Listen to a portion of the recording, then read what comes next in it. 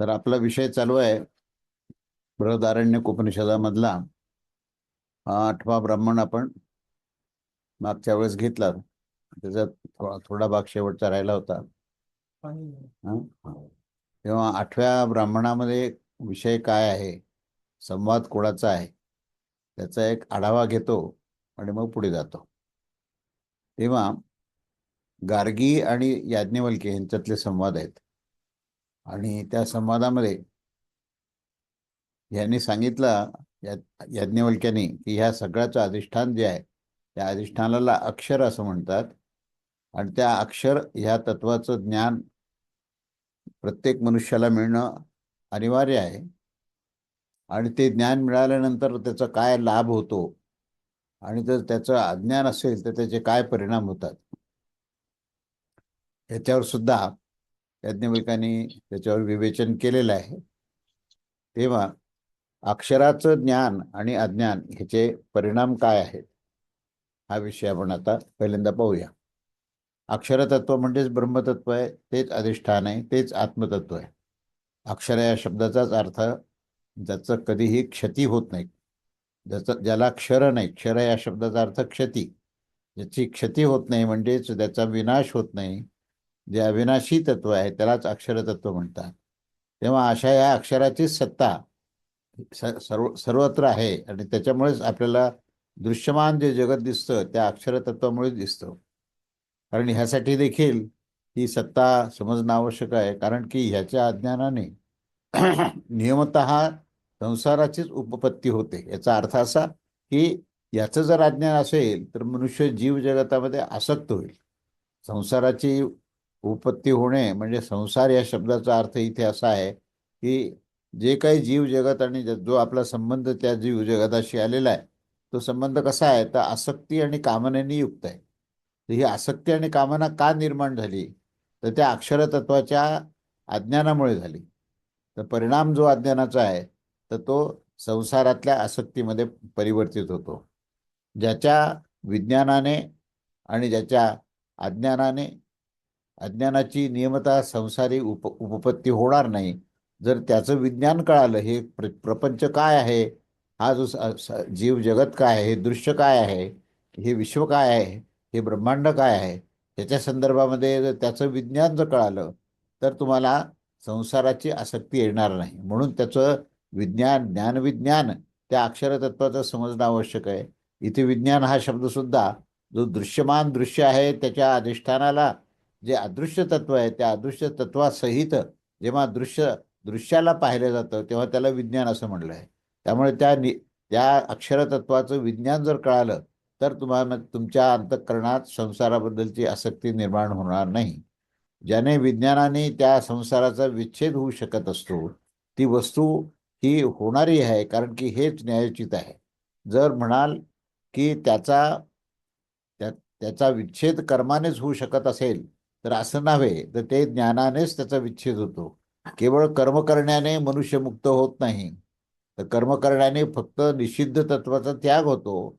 पण जे जे स्वीकारायचे, जे अधिष्ठाता आहे, जे ब्रह्मतत्व आहे, त्याचं संपूर्ण ज्ञानविज्ञान झाल्याशिवाय मनुष्याला मोक्ष नाही, हे इथे सांगायचं आहे. तेव्हा या संदर्भातच पुढचा जो 10व्या मंत्राचा आशय असा होता की हे गार्गी, जो कोणी ह्या लोकात त्या अक्षरास न जाणता हे हवन करत असतो, यज्ञ करत असतो आणि सहस्रादी वर्षापर्यंत तप करत असतो, हे सर्व जे आहे ते अंतवानच आहे, त्याला नाश आहे. ज्याला त्याचं ज्ञानच नाही आणि फक्त तो कर्म करतो, फक्त कर्म म्हणजे शास्त्राच्या अनुसार जरी कर्म केलं, त्यांनी तपश्चर्या जरी केली तरी त्या सर्व कर्माचा अंत आहे. आणि जोपर्यंत तुम्ही अक्षरतत्वाचा अभ्यास करत नाही तोपर्यंत ह्या अक्षराच्या शिवाय जो राहतो तो ह्या लोकातून मृत्यू पावतो आणि तो कृपण आणि दीन होऊन जातो. त्यामुळे हे गार्गी या अक्षरास जाणून या लोकातून मृत्यू प्राप्त होऊन जात असतो, तोच ब्राह्मण आहे. म्हणजे ज्याला अक्षरतत्व कळालं आणि त्यानंतर त्याने देहत्याग केला तर त्याला ब्रह्मतत्वामध्ये, तो ब्रह्मलोकामध्ये त्याचा प्रवेश होतो. आणि असे जे ब्रह्मलोकात प्रवेश करणारे आहेत तेच ब्रह्मवेत्ते आहेत. आणि ते ब्रह्मवेत्तेच म्हणजे त्यांनाच ब्राह्मण असं म्हटलं जातं. त्यामुळे इथे या निमित्ताने ब्राह्मणाची सुद्धा व्याख्या केली आहे. तेव्हा हे गार्गे ज्या लोकांमध्ये जो कोणी या अक्षरास जाणत नाही आणि जाणल्याशिवाय हवन यज्ञ आणि सहस्त्र वर्षापर्यंत पकडत असतो, त्यास त्याचे जे फल आहे ते अंतवानच आहे आणि त्या फलभोगाच्या पश्चात त्याचे कर्म देखील क्षीण होऊन जाते. त्याच्याशिवाय ज्याचे विज्ञान कृपणतेने अतिक्रमण आणि संसाराचा विच्छेद होत असतो, ज्याचे विज्ञान न होण्याच्या फलाचा देखील उपभोग करणारा आणि जन्ममरणाच्या या परंपरेवर तो आरूढ होऊन बसतो, संसाराच्या बंधनाची प्राप्ती त्याला होत असते, ते अक्षरच प्रशास्त आहे. आणि ह्यावरून असे म्हटले जाते की हे गार्गी जो पण ह्या अक्षराच्या शिवाय जाणून घेत असतो, तो या लोकांमधून मृत्यू प्राप्त करून तो पैशाने विकत घेतलेल्या गुलामाप्रमाणे तो कृपण आणि दीन होऊन जातो. तेव्हा हे गार्गी जो कोणी अक्षरात जाणून या लोकांपासून मृत्यू पाहून जात असतो, तोच खऱ्या अर्थाने ब्राह्मण आहे. अशा रीतीने त्याने याचं जाणल्याने काय लाभ आहेत आणि न जाणल्याने काय त्या ठिकाणी त्याला नुकसान आहे, तर हे दोन्ही लाभ अलाभ दोन्ही सांगितलेले आहेत. त्यामुळे इथे अक्षरतत्वाचं जास्त विश्लेषण केलेलं आहे. तेव्हा आता ह्यालाच ह्या विश्लेषणालाच धरून पुढचं विवेचन असं आहे की अक्षराचं स्वरूप काय आहे, अक्षराचं लक्षण काय आहे आणि त्याचं अद्वितीयत्व काय आहे, याच्यावर विवेचन करताना सांगितलं की प्रधानवादीचे जे कथन आहे की अग्नीचे दहन आणि प्रकाशकत्वाचे समान आहे. आता हे प्रधानवादी म्हणजे जे प्रकृती आणि पुरुष दोघांनाही प्रधानता देते, म्हणजे ते सांख्यवादी जे आहेत, तर दर्शनाचे जे उपासक आहेत ते जे आहेत ते कसे आहेत, तर ते अचेतनाला स्वाभाविक शासन करणारे आहेत असं त्यांना वाटतं. यापासून याज्ञवल्क्य सांगतात की हे गार्गी हे अक्षर स्वयं दृष्टीचा विषय नाही, परंतु तो स्वयं दृष्टा आहे. अक्षर कसा आहे, तर तो दृष्टा आहे. त्याला त्याला दृष्टी नसते तर तो दृष्टा आहे. तो श्रवणाचा विषय नाहीये, तर तो स्वतः श्रोता आहे. तो मननाचा विषय नाही, परंतु तो स्वतः मनता आहे. स्वयं अविज्ञात राहून सुद्धा तो विज्ञाता आहे आणि याच्यापेक्षा भिन्न कोणी अन्य दृष्टा नाही, याच्यापेक्षा भिन्न कोणी श्रोता नाही, याच्यापेक्षा भिन्न कोणी म्हणता नाही आणि याच्यापेक्षा भिन्न कोणी विज्ञाता नाही. तेव्हा हे गार्गी हे निश्चयच या अक्षरातच सर्व आकाश सुद्धा हे ओतप्रोत आहे. तेव्हा अक्षर हेच तत्व हे सर्वांना घेऊन चालणार आहे, तेव्हा ते अंतिम आहे. तेव्हा हे गार्गी हे अक्षर जे आहे हे अदृष्ट आहे. दृष्टीचा विषय न होण्याच्या कारणाने तो कोणाच्याही द्वारे पाहू शकत नाही, परंतु स्वयं मात्र दृष्टी स्वरूप होण्याच्या कारणाने तो दृष्ट आहे. अशाच प्रकारे श्रोत्याचा विषय नाही म्हणून तो श्रवण होऊ शकत नाही, परंतु स्वयं श्रुती स्वरूप होण्याने तो श्रोताच आहे. मनाचे अविषय होण्याच्या कारणाने हा मननाचा विषय होऊ शकत नाही, परंतु स्वयं मतिस्वरूप होण्याच्या कारणाने तो म्हणता आहे. अशा प्रकारे या बुद्धीचा तो अविषय होण्याच्या कारणाने तो विज्ञान नाही, परंतु स्वयं विज्ञान स्वरूप होण्याने तो विज्ञाता आहे. हेच नाही तर त्या अक्षरापेक्षा भिन्न कोणी दृष्टा, भिन्न काही दर्शन, क्रियेचा करता इत्यादी देखील नाही. हे अक्षरच सर्वत्र दर्शन क्रियेचा करता. अशा प्रकारे ह्याच्यापासून भिन्न कोणी विज्ञाता, विज्ञान क्रियेचा करता, समस्त बुद्धीच्या द्वारे अक्षरच विज्ञान क्रियेचं करता आहे आणि अचेतन प्रधान अथवा अन्य कोणी नाही. तेव्हा हे गार्गी निश्चितच या अक्षरामध्ये आकाश ओतप्रोत आहे. जो साक्षात अपरोक्ष ब्रह्म आहे, तो जो क्षुधादी संसार धर्माच्या पलीकडे असून तो सर्वांतरात्मा आहे आणि त्यामध्ये आकाश ओतप्रोत आहे. तेव्हा हे अक्षरच पराकाष्ठा आहे, हीच परागती आहे, हेच परब्रह्म आहे आणि हेच पृथ्वीपासून आकाशापर्यंत समस्त सत्याचे सत्य आहे, असं या अक्षरातत्वाचं त्यांनी हे वर्णन केलंय. आणि अशा प्रकारे त्याचं हे विवेचन संपलेलं आहे.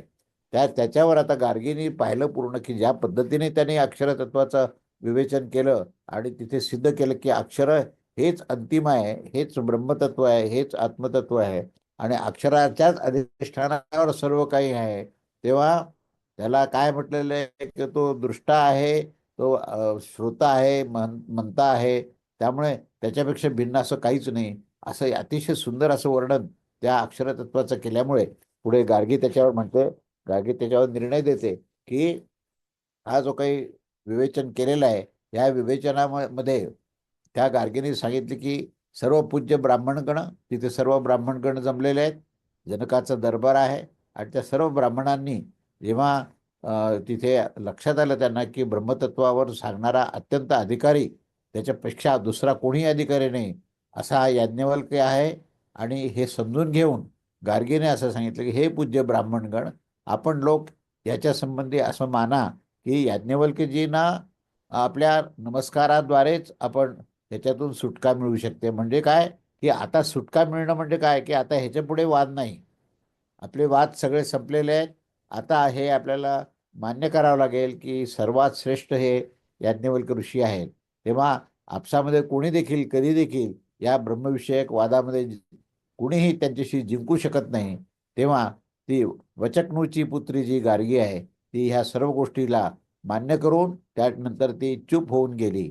अशा रीतीने ती गार्गीचा हा निर्णय झाला की ती ती म्हणाले की हे भगवान पूजनीय ब्राह्मणांनो, माझे म्हणणे आहे का की तुम्ही लोक हे असंच पूर्णपणे समजून घ्यावे, तर कशास हेच की तुम्ही या याज्ञवल्क्याला नमस्कारानेच तुम्ही मुक्त होऊन जावे. अर्थात जर यांना नमस्कार करून स्वतःची वादविवादातून सुटका करून प्राप्त करून घेऊ शकता आणि यांनाच तुम्ही अधिक मानावे, यांच्याशी जिंकण्याची तर मनाने देखील आशा केली नाही पाहिजे. कार्याद्वारे तर जिंकण्याची तर गोष्ट करायलाच नको. कारण की आपल्यापैकी कोणी देखील कधी या याज्ञवल्क्यांना ब्रह्मसंबंधी वादामध्ये जिंकणे शक्य नाही. मी प्रथमच प्रतिज्ञा करून चुकली आहे की जर ह्या माझ्या 2 प्रश्नाचे उत्तर देणार असाल तर आपणास कोणीही विजय करू शकणार नाही. आणि आज देखील माझा हाच निश्चय आहे की ब्रह्मसंबंधी वादामध्ये याच्या समान अन्य कोणीही नाही. आणि तदनंतर ती वचकनूची पुत्री जी गार्गी आहे ती चूप झाली. येथे अंतर्यामी ब्राह्मणामध्ये असे सांगितले आहे की ज्यास पृथ्वी जाणत नाही, जेथे संपूर्ण भूत जाणत नाही इत्यादी अशा प्रकारे ज्या अंतर्यामी जाणतात ते जाण जे अंतर्यामी जे जाणत नाहीत आणि जे अक्षर आहे, या समस्त विषयाच्या दर्शनादी क्रियाच्या कर्तारूपाने सर्वांच्या चेतनेचे ते धातू सांगितले गेले आहे. या सर्वामध्ये काय अंतर आहे आणि काय समानता आहे, तर येथे कोणी कोणी सांगत आहे की महासमुद्रस्थानीय अविचल रूप अक्षर परब्रह्माची किंचित विचलित अवस्थेचे नाम हे अंतर्यामी आहे. आणि त्याची ती अंतर्यामी विचलित अवस्था तोच तो क्षेत्रज्ञ आहे. आणि जे की ह्या अंतर्यामीच जाणत नाही, त्याच्याशिवाय ते त्याची पिंड, जाती, विराट, सूत्र आणि देव या अन्य 5 अवस्थांची देखील कल्पना करत असतात. अशा प्रकारे ते सांगत आहेत की ब्रह्मची एकूण 8 अवस्था आहेत. आणि ह्याच्यापेक्षा भिन्न दुसरे लोक असे सांगत असतात की अक्षराची ही शक्ती आहे. आणि हे देखील कथन करत असतात की ते अक्षर जे अनंत शक्तिमान आहे. आणि याच्याशिवाय दुसरे लोक असे म्हणतात की अक्षराचा विकार म्हणजेच हे जगत आहे. परंतु या अक्षराची अवस्था अथवा शक्ती होणे तर असंभवच आहे, कारण की तो क्षुधादी संसार धर्मांपासून तो अलिप्त आहे असे श्रुती सांगते. एकाच वस्तूचे एकाच्या बरोबर क्षुधादी धर्म असणाऱ्या अवस्थेने युक्त होणे तर संभवच नाही. आणि त्यामुळे अशा प्रकारे त्याचे हे शक्तिमान होणे देखील असंभव आहे. त्याचे विकार अथवा अवयव मांडण्यात सुद्धा तो दोष आहे. ती चतुर्थ दाखवतो हे तो चतुर्थ अवस्था दाखवलेला गेलेला आहे. ह्याच्याबरोबर ह्या साऱ्या कल्पना ह्या नुसत्या कल्पनाच आहेत, ते असत्य आहे. तर मग ह्याचा भेद काय आहे, तर आमचे कथन असे की ह्याचा भेद अथवा अभेद असा ह्याला काहीही नाही. कारण की सैंधवनाच्या समान एकमात्र प्रज्ञान घन स्वरूप आहे, जे की ते कारणापेक्षा भिन्न, कधी कार्यापासून भिन्न आणि अंतररहित आणि अबाह्य असा आहे. तेव्हा हा आत्माच ब्रह्म आहे इत्यादी श्रुतीने इथे सिद्ध होत आहे. आणि तो बाहेर आणि मध्ये सहित सर्वत्र विद्यमान आणि अजन्मा असा आहे, असे म्हणून श्रुतीमध्ये सांगितले आहे की उपाधिशून्य आत्मा अनिर्वचनीय, निर्विशेष आणि एक होण्याच्या कारणाने त्यास नेती नेती अशा प्रकारचा हा उपदेश केला जातो. अविद्या, काम आणि कर्मविशिष्ट देह व इंद्रियरूप उपाधिवाला आत्मा हा संसारी जीव म्हणवला जातो. आणि नित्य निरतिशीय ज्ञानशक्ती स्वरूप उपाधिवाला आत्मा अंतर्यामी ईश्वर संबोधित केला जातो. तोच हा उपाधिशून्य केवळ शुद्ध होण्यावरच आपल्या स्वरूपाने अक्षर अथवा पर असं त्याला म्हटलेलं आहे. आणि हिरण्यगर्भ, अव्याकृत देवता, जाती, पिंड, मनुष्य, तिर्यक, प्रेत व शरीर आणि इंद्रिय रूप उपाधींनी विशिष्ट होऊन तोच ह्याचे नाम आणि रूपवाला होऊन जातो. असेच तो चालतही आहे आणि चालतही नाही इत्यादी श्रुतीमध्ये व्याख्या केलेली आहे. आणि अशा प्रकारे हा तुझा आत्मा हा समस्त भूतामध्ये लपलेलं आहे, हे सर्वच आत्माच आहे, याच्यापेक्षा भिन्न अन्य कोणीही दृष्टा नाही इत्यादी श्रुतींना हा विरोध राहू शकत नाही. आणि दुसऱ्या प्रकारच्या कल्पनेमध्ये ह्या श्रुतीची संगती लागत नाही, म्हणून उपाधीच्या भेदानेच यामध्ये भेद आहे आणि अन्य कशा प्रकारे नाही. कारण की समस्त उपनिषदामध्ये हाच निश्चय केलेला आहे की ब्रह्मच हे एकमात्र अद्वितीय आहे. अशा प्रकारे ह्या बृहदारण्यक उपनिषदातील तृतीय अध्यायामधला ह्या अष्टम ब्राह्मणाचा आढावा इथे संपलेला आहे. तेव्हा आठवा ब्राह्मण हे इथे परिपूर्णतेने संपलेलं आहे. आता आपण ह्याच्या पुढे नवम ब्राह्मणामध्ये आपण प्रवेश करूया. तेव्हा आता नवम ब्राह्मणाचा विषय काय आहे, तर ज्याप्रमाणे आठव्या ब्राह्मणामध्ये याज्ञवल्क्य आणि गार्गीचा संवाद आहे, तसं ह्या नवम ब्राह्मणामध्ये याज्ञवल्क्य आणि शाकल्याचा संवाद आहे. इथे हे जे संवाद होत आहेत विविध जे अधिकारी पुरुषा ब्रह्मवेत्यांकडून, या संवादामध्ये हा जो दरबार भरलेला आहे तो तो जो आहे जनक राजाचा दरबार आहे. आणि जनक राजाने सांगितलं की मला ब्रह्मतत्वाचं जो विवेचन करेल त्याला मी एक सहस्त्रगाई ही सुवर्ण अलंकार असलेले अशा प्रकारचे मी दान करणार आहे. तेव्हा अतिशय अधिकारवाणीने ज्यावेळी याज्ञवल्क्य म्हणाला की ह्या सर्व गायी मी घेऊन जाणार आहे, म्हणजेच त्याने असं गृहीत धरलं की मला हे ब्रह्मतत्वाचं संपूर्ण ज्ञान आहे आणि इतरांना कोणालाही नाही. ते पाहून बाकीचे लोक विचलित झाले आणि ते म्हणाले की तुम्ही असं कसं काय म्हणू शकता की तुम्हालाच ज्ञान आहे किंवा तुमचं ज्ञान परिपूर्ण आहे. असं ब्राह्मण विचलित झाले आणि त्याच्यानंतर मग एकानंतर एक ब्राह्मणाने त्यांना प्रश्न विचारायला सुरुवात केली आणि त्यात हे ब्राह्मण ग्रंथ तयार झाले. त्यामुळे आता हा नववा ब्राह्मण जो आहे तो त्या बसलेल्या सर्व ब्राह्मणापैकी शाकल्य नावाचा ब्राह्मण आहे. त्याने आता याज्ञवल्क्याबरोबर संवाद सुरू केलेले आहेत. तेव्हा हा मंत्र असा आहे. अथ हेनम विद्रथ पप्रच्छः पृथ्वी आदीच्या सूक्ष्मतारम्य क्रमाने पूर्व पदार्थाचा उत्तरवर्ती आणि पदार्थाच्या उत्प्रोत भाव दाखवताना याज्ञवल्क्याने सर्वांतर ब्रह्मास प्रकाशित केले आहे. आणि त्या ब्रह्माचे नाम रूपात्मक द्वैत प्रपंचामध्ये जे पृथ्वी आहे, भिन्न भिन्न सूत्र आहे, त्यामध्ये नित्यंतरत्व देवता भेदाने आणि प्राणामध्ये संकोच आणि अनंतपर्यंत विकालाद्वारे ह्या साक्षात व अपरोक्ष ज्ञान प्राप्त करायचे आहे. यासाठीच हा शाकल्य ब्राह्मण आरंभ केलेला आहे, असे हे पूर्वपीठिका सांगितली आहे. आणि आता प्रत्यक्ष हा मंत्र प्रथम मंत्र काय आहे नवव्या ब्राह्मणातला आणि तिसऱ्या अध्यायातला तो आपण बघूया.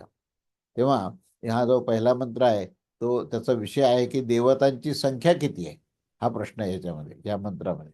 आता हैनम विदग्ध हा शाकल्य पप्रच्छकाती देवा याज्ञवल्क्येति स हैतयैव निविदा प्रतिपेदे यावन्तो विश्वदेवस्य निविद्युत् निविद्युच्यन्ते त्रय त्रयश्चत्रिच शता त्रयश्चत्रिच सहस्रे त्योमिति होवाच कत्येव देवा याज्ञवल्क्येति षडि षडित्योमिति होवाच कत्येव देवा याज्ञवल्क्येति षडत्योमिति होवाच कत्येव देवा याज्ञवल्क्येति त्रय इत्यमेति होवाच कत्येव देवा याज्ञवल्क्येति द्रावत्यो इति मिति होवाच कत्येव देवा याज्ञवल्क्य अधर्य इत्योमिति होवाच कत्येव देवा याज्ञवल्क्येत इत्येमिति होवाच कथमेते त्रयश्च त्रिच शता त्रयश्च या त्रयश्च सहस्रेती,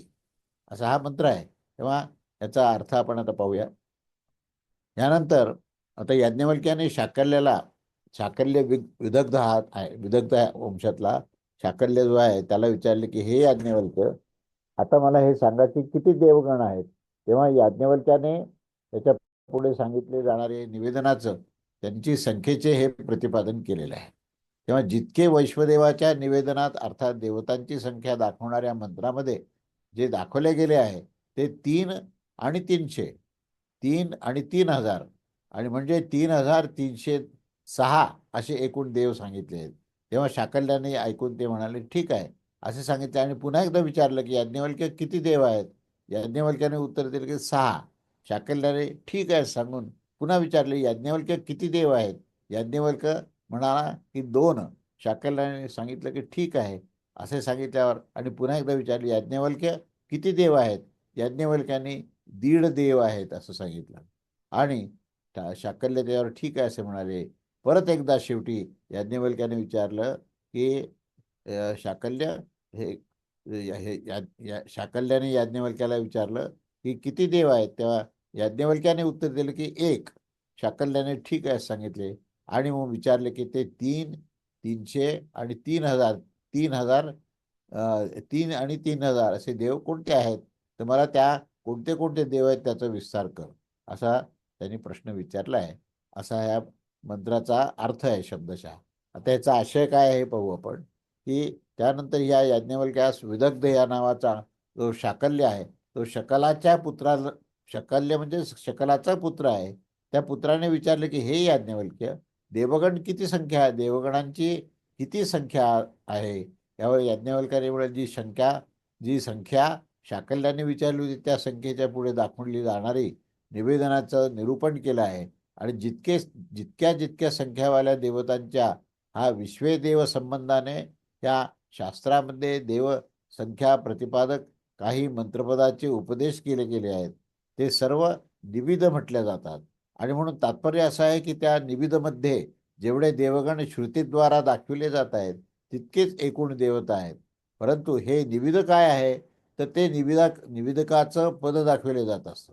त्रयश्च स्त्रीच्या शता, अर्थात देवगण 3 आहेत आणि 300 आहेत.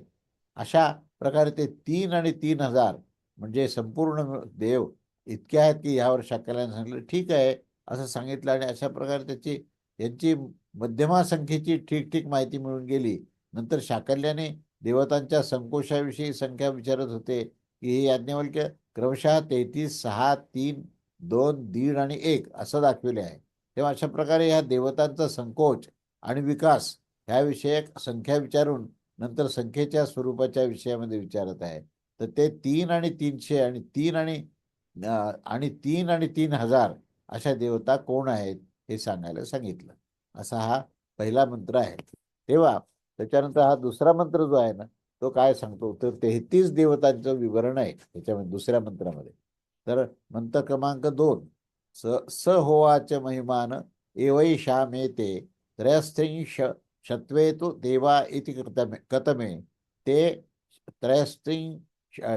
शदित्यतिष्ठौ वसव एकादश रुद्रा द्वादश आदि त्यास एकत्रिं शादेंद्र शैव प्रजापतिश्च त्रयस्त्रिं शाविती असा तो मंत्र दुसरा मंत्र आहे. तेव्हा त्या संख्या सर्व सांगितल्यात आणि कोणते कोणते तेही सांगितलेत. तेव्हा याचा अर्थ आहे, शब्दशः अर्थ या मंत्राचा असा आहे की त्या याज्ञवल्क्याने सांगितलं की ह्या तर 3 महिमा आहेत. देवगण तर 33 आहेत. आणि शाकल्य म्हणाले त्या 33 देव कोण आहेत? त्यावर याज्ञवल्क्य म्हणाले 8 वसु, 11 रुद्र, 12 आदित्य हे 31 देवगण आहेत. आणि त्यानंतर इंद्र व प्रजापती अशा सहित एकूण 33 देवगण होतात. यावर अन्य याज्ञवल्क्याने सांगितले की हे 3 आणि 300 आदी देवगण कोण आहेत? तर त्यावर तो म्हणाला की 8 वसु, 11 रुद्र, 12 आदित्य आणि 2 इंद्र आणि प्रजापती असे म्हणून ही 33 संख्या इथे परिपूर्ण होते. असं हे निवेदन या दुसऱ्या मंत्रामध्ये केलं. आता ह्याच्यामध्ये वसू कोण आहेत हा प्रश्न आहे. आता याच्यामध्ये जे सांगितलं वसू आहे, आदित्य आहे, ते हे रुद्र आहेत, हे कोणते कोण कोण आहेत त्याची विस्ताराने माहिती सांगा. तेव्हा या तिसऱ्या मंत्राचा प्रश्न असा आहे की वसू कोण आहेत? तेव्हा तिसरा मंत्र असा आहे की कतमे वसव इत्याग्निश्च पृथ्वीश्च वायुश्चांतरिक्ष चादिश्च तश्च देवश्च चंद्रमाश्च नक्षत्राणि चैते वसव एतेश हिदं सर्वं हितमेति तस्माद वसव इति. काय सूचना आहे बघा.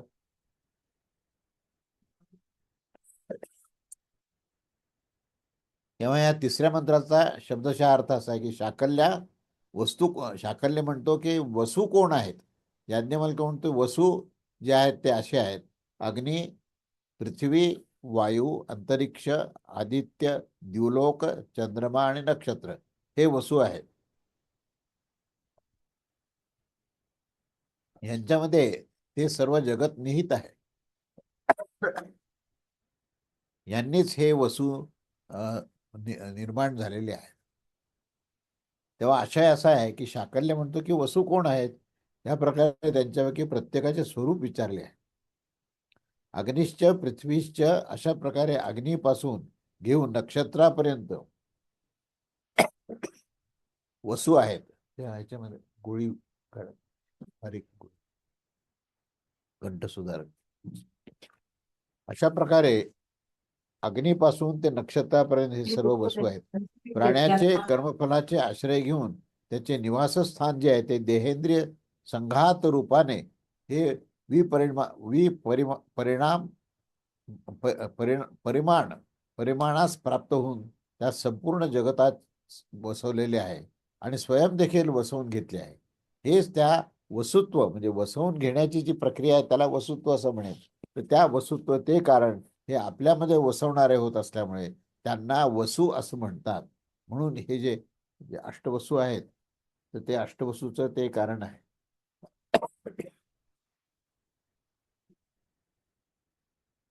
सुधारक गोळी आहे का? फार थंड पाणी आणलं. हा, एकच बाटली दिली का? हा, हा, दुसरी गरम पाण्याची बाटली. असं हे वसू या शब्दाची व्युत्पत्ती सांगितली त्यांनी. ती वसणारे ते वसू असं सांगितलं. आता वसूबद्दल माहिती दिली, वसू कोण आहेत ते. आता पुढचा जो चौथा मंत्र आहे तो रुद्र कोण आहेत. आपण रुद्र हा शब्द पुष्कळदा आपण ऐकतो, रुद्र अभिषेक करतो आपण, आणि महादेवाच्या संदर्भामध्ये रुद्र हा शब्द वापरला जातो. अगदी हनुमानाच्या संदर्भात सुद्धा महारुद्र असा शब्द वापरला जातो. तेव्हा या रुद्र शब्दाचा अर्थ काय आहे आणि ते कोण कोण रुद्र आहेत असा हा प्रश्न आहे. तेव्हा मंत्र असा आहे की कतमे रुद्रा इति दशेमे पुरुषे प्राणा आत्मैका दशस्ये पद्माक्षस अरे अरिराम अंतर्यामी मर्त्या दुत्क्रामंत्यर्थ रोदयानी तद्दे द्रोदयानी तस्मात् दुद्रा इति. अर्थ असा आहे की शाकल्यांनी प्रश्न विचारला की रुद्र कोण आहेत, आणि याज्ञवल्क्याने उत्तर दिलंय की पुरुषात जे 10 प्राण असतात आणि इंद्रिय असतात आणि 11वा आत्मा हे मन आत्मा असतो, म्हणजे तो जीवात्मा. तर हे ज्या समयी त्या मरणशील शरीरातून उत्क्रमण करून जात असतात त्या समयी ते इतरांना रडवतात, आणि म्हणून उत्क्रमण काळामध्ये की आपल्या संबंधितांना रडवत असल्यामुळे त्या कारणाने रुदन करणारे म्हणजेच रडणारे जे आहेत त्यालाच आपण रुद्र असं म्हटलं. रुद्र म्हणजे रुदन करणारे. रुदन करणारे म्हणजेच रडणारे. जेव्हा देहत्यागाच्या वेळेस जेव्हा तो जीवात्मा या सर्व मन बुद्धी चित्त जे सगळं प्राणांना घेऊन जातो, तेव्हा हे जे प्राणाच्या विविध ज्या अवस्था आहेत त्यांनी पंचज्ञानेंद्रिय पंचकर्मेंद्रिय आणि स्वतः जीव हा जे हे सर्व रुद्र आहेत असं सांगितलं. त्यामुळे त्याचा आशय असा आहे की रुद्र कोण आहेत, या पुरुषात हे पंचकर्मेंद्रिय आणि पंच ज्ञानेंद्रिय हे 10 जे प्राण आहेत ते रुद्र आहेत, आणि 11वा जो जीवात्मा आहे जो की 11ची परिपूर्ती करतो ते हे प्राण ज्या समयी प्राण्याच्या फल उपभोगाचा क्षय होऊन जाण्यावर ह्या मरणशील शरीरापासून उत्क्रमण करत असतात त्यावेळी हे त्याचे संबंधित असलेले जे नातेवाईक आहेत त्यांना ते रडवत असतात. आणि त्या समयी हे जे कारण की हे संबंधियास रडवत असतात म्हणून या रुदनामध्ये निमित्त बनून झाल्याने त्यांनाच रुद्र असं म्हणविले जाते. तेव्हा रुद्र या शब्दाचा अर्थ रुदन करणारे, आणि रुदन करणारे कोण आहेत ते त्याचे नातेवाईक आहेत. ज्यावेळेस त्या जीवात्मा हा आपल्या देहाचा त्याग करून तो बाकीच्या सर्व सूक्ष्म देह आणि कारण देहाला बरोबर घेऊन जेव्हा तो प्रवास करतो त्यावेळेस तो रडण्याचं निमित्त त्याच्या जाण्याकरता होतं, आणि रुदन करण्याची प्रक्रिया होते. त्या रुदन करण्याच्या निमित्तानेच त्याला रुद्र असं म्हणतात. असा ह्या चौथ्या मंत्राचा अर्थ आहे. आणि असा त्यांनी रुद्र म्हणजे काय ह्या ठिकाणी आपल्याला अतिशय स्पष्टपणे सांगितलं. आता पुढचा विषय जो आहे तो आदित्य कोण आहे. मंत्र असा आहे की कतम आदित्या इति द्वादश वै मासाः संवत्सरस्यैत आदित्या एते हिरम सर्वमाददाना यंती ते यदिदम सर्व माददाना यंती तस्मा आदित्या इति. शाकल्य विचारतो प्रश्न की आदित्य कोण आहेत. याज्ञवल्क्य म्हणतो की संवत्सराचे जे अवयवभूत जे 12 महिने आहेत ते 12 महिनेच आदित्य आहेत. कारण की ह्या सर्वांचे आदान ग्रहण करून जो चालत असतो त्यालाच आदित्य असं म्हणतात. म्हणजे हे स्वीकार करतो हा जो काळाचा जो काही विषय आहे आणि त्या काळाच्या निमित्ताने जे 12 महिन्याचे ज्या विविध अवस्था आहेत त्या अवस्थेला ग्रहण करणारा म्हणजे त्याचं जे आदान आहे ते आदान ग्रहण करणारा असल्यामुळे त्याला आदित्य असा शब्द वापरला आहे. अशी त्याची ती व्युत्पत्ती आहे. तेव्हा असं आहे की आदित्य कोण आहेत यावर याज्ञवल्क्य म्हणतो की 12 महिने संवत्सरूप काळाचे अवयव प्रसिद्ध आहेत तेच आदित्य आहे. ते कशा प्रकारे आहे कारण की हे पुन्हा पुन्हा परिवर्तित होताना प्राण्याच्या आयुष्य आणि कर्मफलाचे आदान ग्रहण म्हणजे उपादान करताना चालत असतात. आणि ते कारण की अशा प्रकारे सर्वांचे आदान करताना चालत असतात ह्यामुळेच त्याला अददाना यंती या व्युत्पत्तीचे अनुसार त्याला आदित्य असं म्हटलं गेलेलं आहे.